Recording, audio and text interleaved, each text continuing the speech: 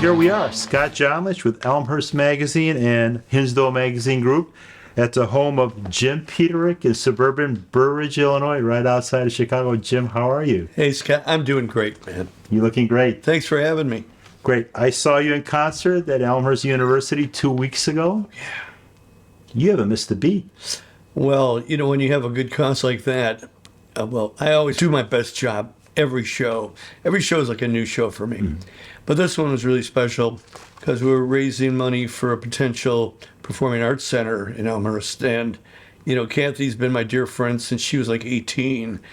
And Kathy Richardson. Kathy Richardson, she came up right to the studio right here, kind of a shaky, not shaky, but nervous, kind of introverted girl. And she starts playing these original songs.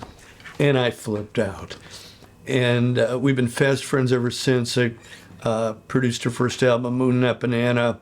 And then we've written through the years and performed so many shows together, I can't even tell you.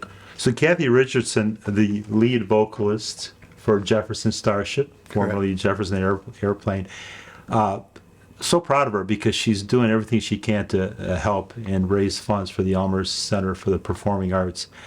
Tell us, how did you meet? Well, that's really a funny story because I was at a gas station and pumping gas, and the guy comes out there that owns the station and says, "Oh, you're Jim Peterik." I go, "Yeah." He goes, "Well, my daughter sings." And I'm going, "Oh man, I heard this one before." "Oh, that's really nice. You know, oh, that's great. Oh no, she's really good. You know." And he gave me a card, his card, and I gave it to Linda Mensch, who was the music attorney in town. And she says, "Yes, I've heard this girl. You've got to listen to her." And her name was Kathy Richardson. Mm-hmm.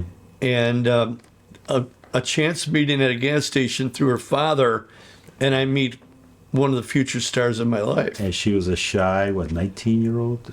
Very young. Maybe 18, 19, you know. And like I said, very shy. And she was right in this room playing her guitar in this amazing song. All these songs came out. And Moon Nut Banana is still one of my favorite albums, not just because I produced it, but because it was her maiden voyage, really. Well, at the Elmhurst University 2 weeks ago tomorrow, you guys brought the house down. There were about 200 people in that theater. And the way you two belted, tell us about that song. It's on one of your albums, but it was fantastic. Well, we've done many songs together.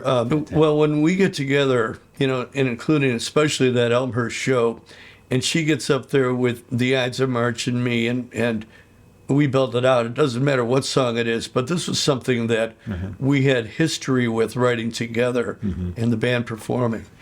How many artists, well, first of all, you're a prolific songwriter. You just recently got inducted for the second straight year for the Illinois Rock and Roll Hall of Fame. Correct. How many songs have you written for yourself and for other artists? I mean, they're countless. Oh, man. Most people don't realize how many you've written. You know, I've lost count. You know, it's probably around 7,000 songs, but out of that, you know, the cream rises to the top. And, you know, I have maybe 100 songs that really stand out and I'm known for, and then about the dirty 50 that people all recognize.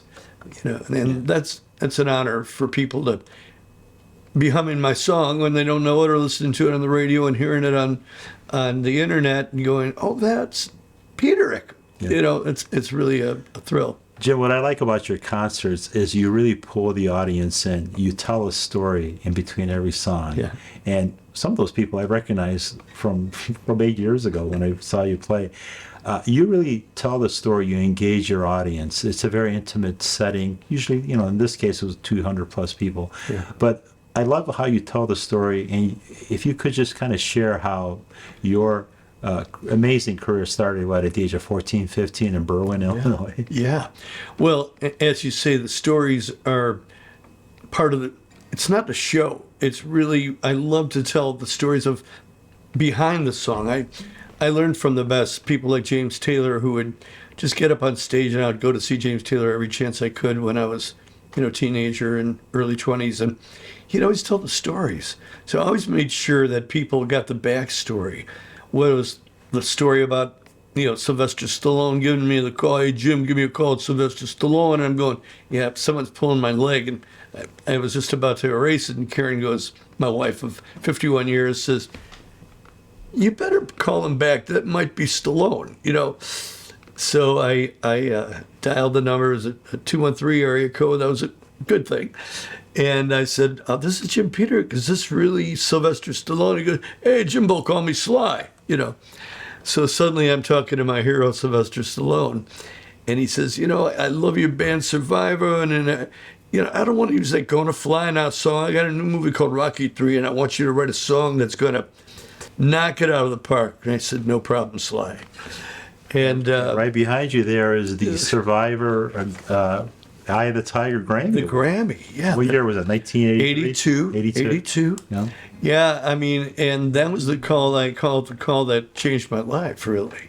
Mm-hmm. And put me on the map, And I mean, obviously I had huge inroads with the Ides of March ever since 64. In 70, we had our big hit Vehicle, #1 song. Oh, 1970. Yep. And with the horns and, it's just like, yeah, it's like a call to arms, right? Honestly, Jed, I can't think of a song that's even close to the uniqueness of that song. There's something about that. I'm 57 years old. So when that song came out, well, when they started playing it early, I was 10 years old. But even as a 10-year-old, yeah. Something about the energy, the brass. What made you bring in the brass? That really, to me, was the crowning little jewel that made it unique. Yeah, I mean, we were kind of dabbling with brass. We added a trumpet player, and we were doing like sweet soul music. Do you like good music? And dabbling in it. And then we did see a group that kind of changed our whole life. And they were called Blood, Sweat, and Tears. Mm-hmm. And they were playing the Connecticut Playground, and all the guys went to see Blood, Sweat, and Tears. Mm-hmm. And of course, we were very influenced by them. And that's when we added the full brass section. And that's Vehicle was really kind of a product of seeing BS&T with the original band of BS&T, even before they had David Clayton Thomas, with Al Cooper. And that became our template, really. Yeah. That song, most people don't realize it reached #2 on the Billboard charts. Yeah. Number one on Cashbox. Number one on Cashbox. You know what? No number Sugar one? Tonight. No Sugar Tonight. No. I read where it was a couple of Michael Jackson 5 songs, but remember, it changes every week. Well, at one point we were held out by No Sugar Tonight by the Guess Who. So, anyway. Good company. Yeah, definitely. So how old were you I have a question. How old were you when you sang Vehicle? I was 18. How do you get those deep pipes of your vehicle? How do you, at the age of 18, did you always have that deep? I was kind of channeling Ray Charles, who's, David Clayton Thomas. These guys were my heroes, really. Song, and, and I was just feeling it, Hey, well, I'm the friendly stranger in the black sedan. Hop inside my car. I got pictures, handy of a lovable man taken to the nearest star. I'm your vehicle, baby. Take it anywhere you want to go. I'm your vehicle, woman. By now, I'm sure you know that I love you. I need you. I want you. Got to have your child. Break out in heaven, I love you. Where was your mind when you came up with that idea for that song? Oh my God. That song is so unique. Where were you? What were you thinking? I don't know, but if I could think it again, I'd write another one of those. But really, really something inspiring. It did. And it was about the girl that I was dating. Mm-hmm. I met her at a Turtles concert. She was 15, I was 17. And we started dating, and it was going great. And then she says, well, you're the first guy I ever dated, and I want to date other guys. And I was like, really depressed, And in a couple of, maybe 6 months, she said, you got that cool new car. You got a Datsun 240Z. Can you take me to Modeling school. Patricia Stevens. I said, sure. So I take her in my 240Z, you know, and I figured I'd get a kiss on the cheek or something. Shook my hand. See you next week. Let's do it again. So after a while, I started thinking, all I am is your vehicle, baby. Oh, there you go. And I wrote the song. I went to #1. Guess who starts calling me again? And 51 years later, she's still my wife. Oh, Karen Peter. So Karen was she was the inspiration. Wow. Yeah. That's fantastic. And I still pay her royalties. Oh. Yeah, she deserves it. I know. By the way, how's Colin doing? Thanks for asking. Colin is great. I'm a granddaddy. Maisie and Colby's. Maisie's 6, Colby's 4. But beautiful. Yeah, amazing wife, and his career has taken off. He's got a place called the Jam Lab in Brookfield, and they host all these events. He's got a recording studio there.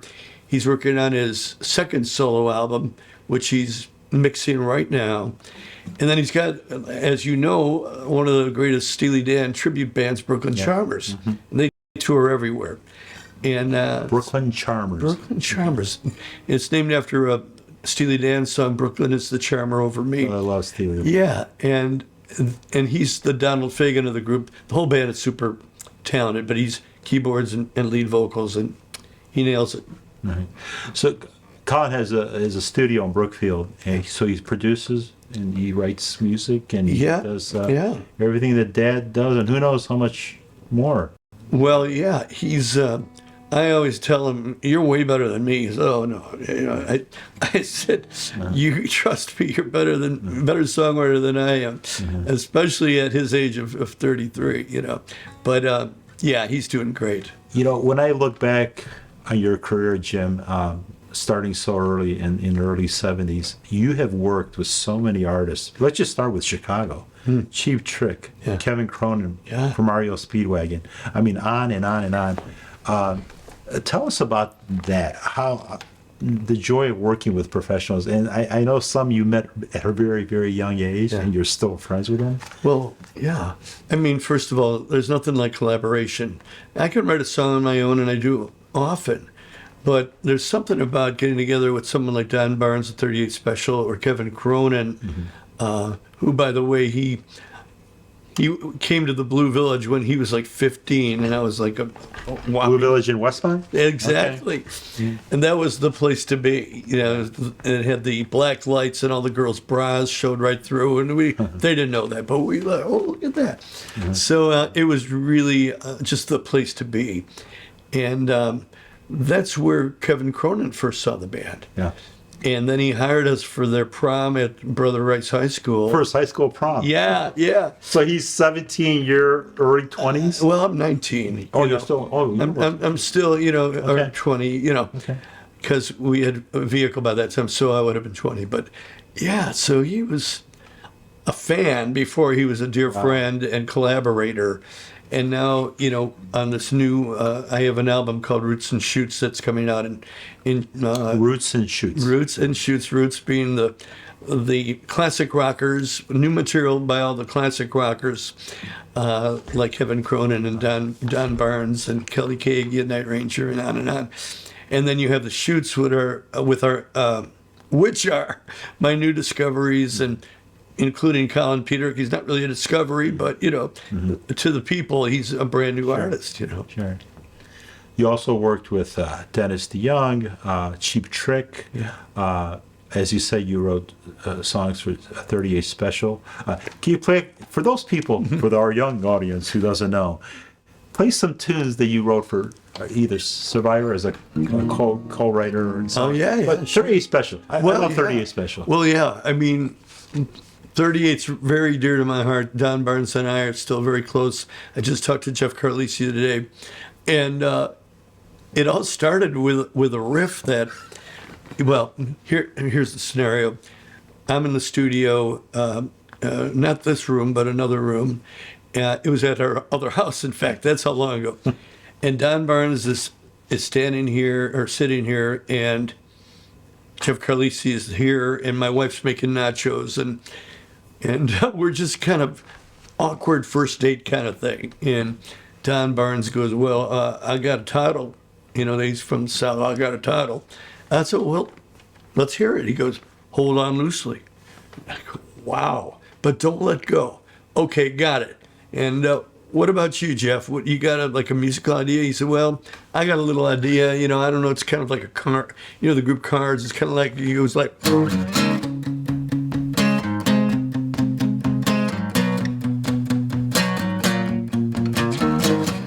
I go, yeah, that'll do. So I'm kind of the alchemist down the room, and I'm going, hold on a second. So I go into my bedroom, or Karen in my bedroom, and I'm like scribbling away and working away. I come in there and I said, okay, guys, listen to this. And I go, you see it all around you, good love and gone bad. And usually it's too late when you realize what you had. My mind goes back to the girl I met long years ago. Who told me this hold on loosely, but don't let go. If you cling too tightly to her, you're gonna lose her. You're gonna lose control. I love it. All right. What a gift. What a gift. Well, I'm very lucky because I was able to chase my gift. It's one thing having some talent. The other thing is hanging in there and developing it and not getting discouraged. A lot of songs that made it and a lot of songs that did, and you just got to keep going. You just turned 73. Mm-hmm. Happy birthday. Thank you. Happy belated birthday. Thank you. At your age, you're young. You're young for a rocker. Right? Well, that's what I think. We all have bucket lists. Like, does Jim Peterik have a bucket list? You've accomplished so much. Well, Grammys, movies, and writing, and awards, and. Well, of course. Jim Peterik's bucket list. Always goals. To me, my bucket list is people say, what's the greatest song you ever wrote? And I go, I haven't written it yet. And I'm always trying to beat, the best that I've done, whether it was Eye of the Tiger or Vehicle or Hold On Loosely, or those are all great. But if I didn't start, keep trying to beat them and to keep that level up there, and attitude. Yeah, that's what you got to do. Because we're always, I don't want to say you're competing with yourself, but you're striving to do something that inspires you. There's always another level, and as long as you're reaching, then you could potentially have your best work. Well, you're right. Like wine, it ages with time, and then all of a sudden you have a masterpiece. Well, that's the goal. And, January sees the release of Roots and Shoots Volume 1 on Frontiers, and just a compendium of great artists. Kevin Cronin, Colin Peterik, Don Barnes, the 38 Special, Paul Childers, a new artist, Kelly Kagi, Night Ranger, Ashton Brooke Gill, a new young artist, a great song called As I Am, Mark Farner and Jim Peterik, of course, Mark Farner is Mark Farner, just an icon of rock, and then Leslie Hunt, Mark McKay, who's a new artist, Fire and Water by Dave McCoskis and Lisa McLaury. It's just going to be an exciting release. Yeah, and for our audience, you have something coming up this spring, March 15th, at the Norris Theater in St. Charles. Yeah. Tell us about that, because I'm going to be there. Oh, you will be there. Save you a seat. I will save you a Bring seat. a couple together. Tell us about that. What's going on the 15th? Well, yeah. The 15th of March is our 60th anniversary officially. Yeah. And it's going to be quite a show. It's the Ides of March and Symphony. And it's at the North Cultural Arts Center. Yes, North Center. Yeah, and it's going to be epic. And to hear the songs like Vehicle or Eye of the Tiger with a full orchestra, I'm getting goosebumps just thinking about it. And so that's going to be exciting. I got to see. I think about did you see that Led Zeppelin orchestra with the lead singer from Heart? That orchestra. Oh my that God. Stairway to Heaven. Incredible. It's just that when you bring the power of rock and roll music, electric guitar, the drums with an orchestra, it transcends human It feeling. does. It's just amazing. It does. And Ann Wilson is a force of nature anyway. Yeah. Now, talk about World Stage. That's something that you've been working on for quite some time with a lot of talent around you. Yeah, we're just putting it together, so, March 15th is the big symphony thing with the Ides. But now we're looking at April or May for a big World Stage show.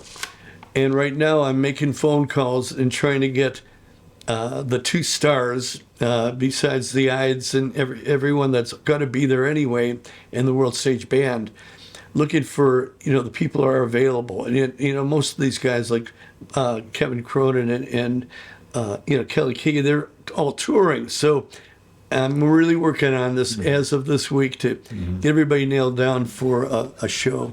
So putting it all together, obviously planning and playing the music, but putting the talent together, it's not easy. No, Production, it's organization, it's availability, so a lot of busy professionals.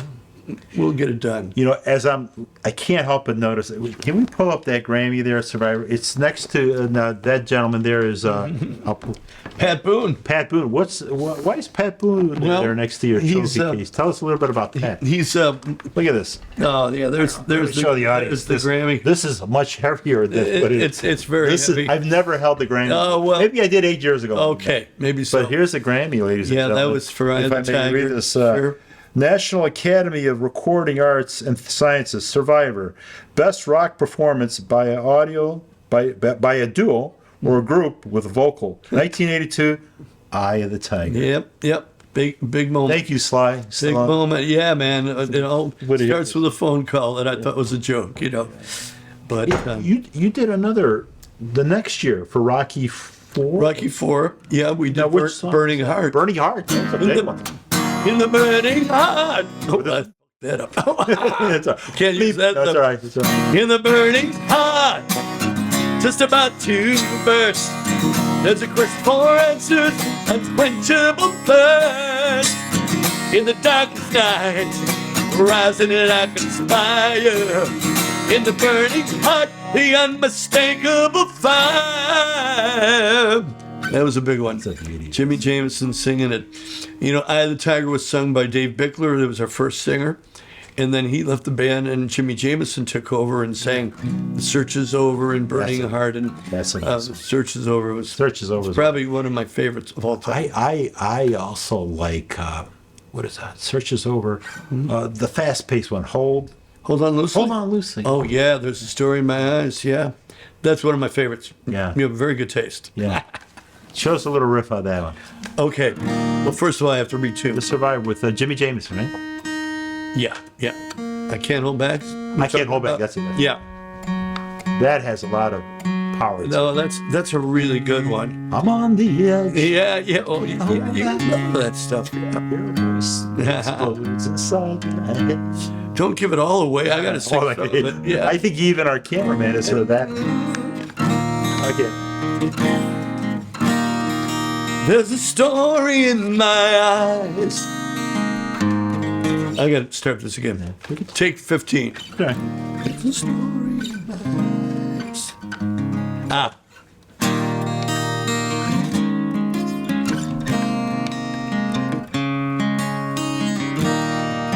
There's a story in my eyes. Turn the pages of desire. Now it's time to trade those dreams for the rush of passion's fire. I can feel you tremble when we touch, and I feel the hand of fate reaching out to both of us.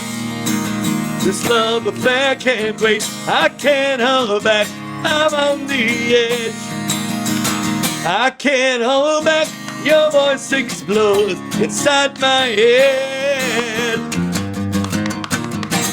I can't hold back, I won't back down.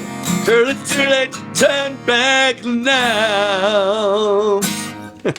I can see why you do this for 60 years. It's too much fun, man. Oh, it is It's too fun. much fun. It's a blast. At your concert, this kind of blew me away. The founding members of Ides of March, you've known each other since the 3rd grade, like Boy Scouts? Cub Scouts. Cub Scouts. Oh. Then Boy Scouts. Oh my God, like Cub Scouts. And now you're still crazy? rocking Oh, like yeah. a family. Bob Berglund and I were in Cub Scouts together. Same den mother that we used to go and have meetings, And then Larry was always in school 1 year ahead. Bob and Larry were both 1 grade ahead of me. So I was in second grade. They were in 3rd. And then Mike Borch was in the grade school band. That's where we met Mike. He was a little bit later, like in 7th grade. And the original 4 have been together now for 60 years, since 64. That's amazing. Yeah. Like brothers, huh? That's it. Closer than I have brothers. to ask, when you founded Survivor, there was a pause of Ides of March? Did you guys take a little break? Yeah. Was that difficult? But yeah, it was a difficult decision. It was 1973, and we did our last show. And 3 years post-vehicle. Post. You're right. Yeah. So 73, and I remember our manager at the time, Bob DeStock, he was tearing up, and he says, "For the last time ever, the Ides of March." Well, 17 years later, it turned out it wasn't the last time ever. Because I took a pause from the whole Survivor thing. I actually exited the band in '96, and the Ides of March were already dabbling with shows, but now we went full bore in the late '90s, and then never looked back. So after Survivor, you reignited with Ides of March. We were going, but we went stronger after I left Survivor. Yeah. You co-wrote a lot of songs with Sullivan. Frankie Sullivan. Frankie Sullivan. How's he doing? We don't stay in touch. Okay. It's been a long time. Yeah, I think he's doing fine. From what I know, and all good. What does the next 5 years look like to you? More of The nice round number. well, 5 is nothing. I'm looking more like, another 20. Why not? Well, we never know. No. We never know. But I went to the doctor, and he says, "Man, you're good for another 20 easily." And I'm 73. So You lost 2 original Ides of March members. So talk. yeah. So Kind of give them a little. yeah, John Shout. Larson. He passed away, and he was our horn player who played all the high stuff on all the Ides of March stuff. And he'll always be missed. John Larson, great guy. By the way, speaking of horns, you guys were kind enough to, at your concert at Elmhurst University, to invite 2 or 3 horn players, Yeah. young kids, 16, 17, 18. They were fantastic. Oh, they were so good. And for the audience, we're going to embed some clips of them at your concert. Oh, terrific. But how did that come about? Well, ECPA? yeah, exactly. And what's really coincidental is just today, I was walking through Fullersburg Woods. That's where I like to walk and like march, actually. I try to walk as fast as I can. And this woman was walking along, and with another woman, she says, "Oh my God, my grandson just played horn with vehicle at the concert." Yeah, well, why don't I? And I go, "Oh, well, tell him they didn't miss a note." And she goes, "I'm going to tell him." They were so good. They gave me goosebumps. Yeah. I mean, first of all, the song is electrifying. Yeah. I mean, the start of it. And then you see these young kids, high school kids, you're like, all right, they're going to just pitch in. But they knocked it out of Oh, the they did. I mean, the energy, I think the crowd of 200 plus, they were on their feet. They were. It was just, Oh my it God. was just a great ensemble. And that's not easy to pull off. No, That pace. and they didn't blow a note. I mean, they were right on it. And these are all 15-year-olds, 16-year-olds. Yeah. We don't have their names, though. We're going to plug it in on the video. Oh, and, good. Of course, in the article. Yeah. Yeah, this article will be your first Elmhurst Magazine feature spread. Oh, that's so and then in Downers Road Magazine and Hinsdale Magazine and Oakbrook Magazine. Well, thank you. We're going to I think we're going to spread it out to let the audience know, so we'll keep it going. So, Anything else you want to share with the audience before we sign off, Jim? This has been a wonderful evening, and Yeah, thanks. maybe some last shout outs, maybe any upcoming dates that we're missing, some projects. Like I said, Roots and Shoots Volume 1 is coming out in January, and 5 months later, Roots and Shoots Volume 2, which is a whole compendium of different artists, such as Ides of March, Mike Reno of Loverboy, Kevin Ferris, The Voice finalist. Loverboy, great band. Oh, I know. Turn me loose. Do a little turn me loose. Come on. Oh, well, I didn't write it, so I'm not ready for it. But you have to come to the concert. Yeah, you got to. Reno just knocked it out of the park, and it's going to be a great record. So I'm two mints in one. Yeah. Well, all the best to you. Always great to watch you perform. Always nice to talk to you. Oh, thank you. I'm sure we'll talk again as you unveil some new projects, and we'll keep our audience abreast. Thanks so much. Well, this is for you, Scotty. Bop.